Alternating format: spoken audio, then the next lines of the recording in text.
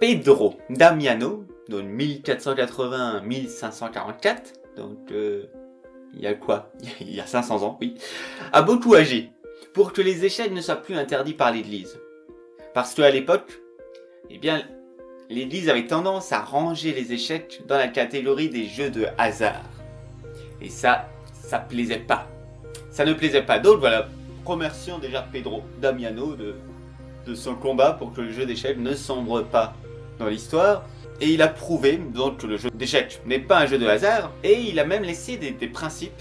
Donc là, on parle il y a 500 ans, des principes de jeu positionnels tout à fait pertinents. Et on va lui faire honneur en étudiant ce maths. Étudier est un grand mot, vous allez voir, vous le voyez, vous le retenez, et puis vous l'appliquez. Cette leçon, ça va être du rapide, tac au tac. Et pour le maths de Loli, maths de Damiano et de Loli, c'est deux maths différents. Alors Loli, c'est Giambattista. On est largement plus tard, vu qu'on est en 1698. En tout cas, c'est le moment où Monsieur Loli est né, décédé en 1769.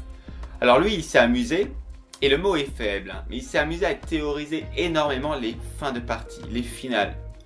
Il a passé des années à étudier juste ça. Moi, c'est quelque chose que je trouve totalement dingue, c'est qu'aux échecs, aujourd'hui, on a des bouquins. Mais surtout, sur tous les aspects, il existe énormément des milliers de livres d'échecs. Et c'est totalement dingue. Encore il y a quelques jours, je suis tombé sur un livre d'échecs, un gros pavé, comme ça, qui s'intéressait au fianchetto. Un gros bouquin pour se construire un répertoire d'ouverture, que ce soit avec les blancs ou les noirs, basé juste sur le fianchetto, le fait de mettre le fou entre les pions.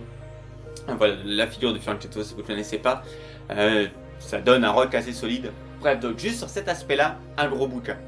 Et il y a des trucs sur tout. Et donc Loli, et là, voilà, on est il y a 400 ans, il a fait ça, un gros bouquin, énormément de fins de partie, bref. Donc en vrai, la différence entre ces deux maths sont assez faibles. D'où le fait qu'on les voit en même temps. Ici, vous avez le maths de Damiano.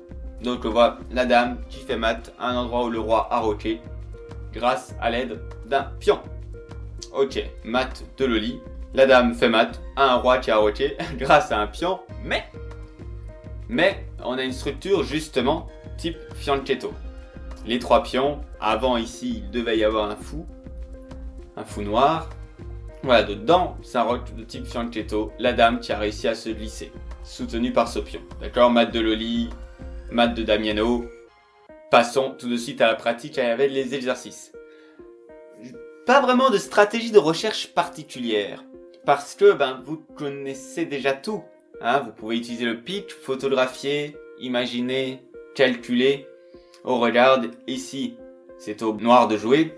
Vous avez cet indice qu'a priori on va avoir le droit à un mat avec une dame et un pion. Ça peut aider. Mais voilà, vous photographiez, zone de tension, cible d'attaque. Ok, le roi il est là, on a déjà le pion. Si on était Dieu, on pourrait déplacer cette dame juste ici. Toujours difficile de faire une flèche qui n'est pas droite. Voilà, bon, juste ici. Ok, donc comment faire? Échec.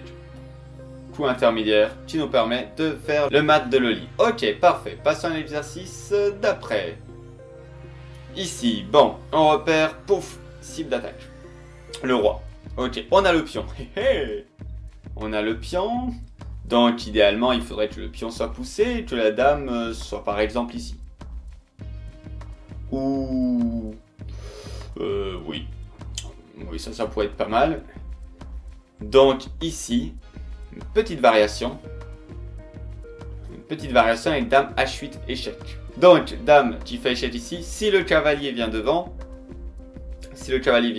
on a le mat simplement en G7. Il ne faut pas oublier ce fou. Voilà. Donc, le roi, il monte. Et on a ici une variation du mat de Damiano. Échec.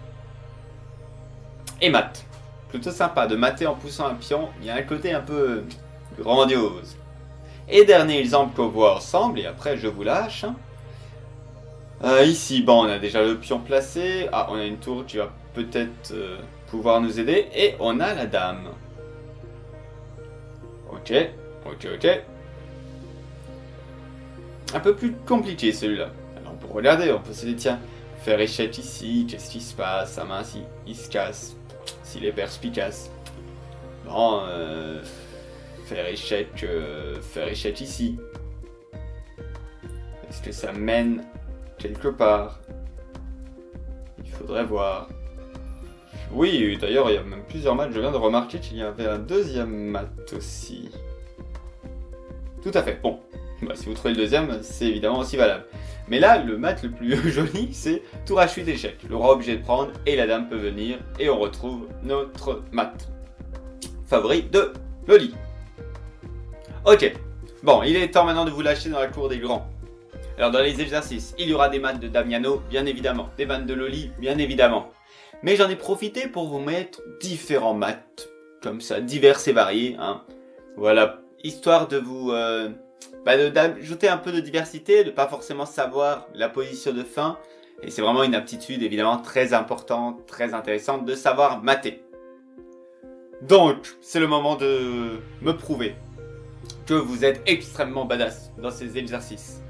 Après tout, si vous êtes arrivé à ce moment de la formation, c'est déjà pas rien. On s'approche de la fin là, clairement.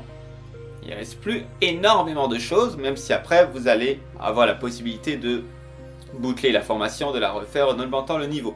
En tout cas, bravo. Sachez qu'il n'y a qu'un petit pourcentage d'entre vous qui arrive à ce niveau-là de la formation. Pas parce que c'est trop dur ou je ne sais trop quoi, juste simplement parce que c'est difficile de s'astreindre à quelque chose et d'avancer. Bref, j'arrête de philosopher et on y va, devenez badass.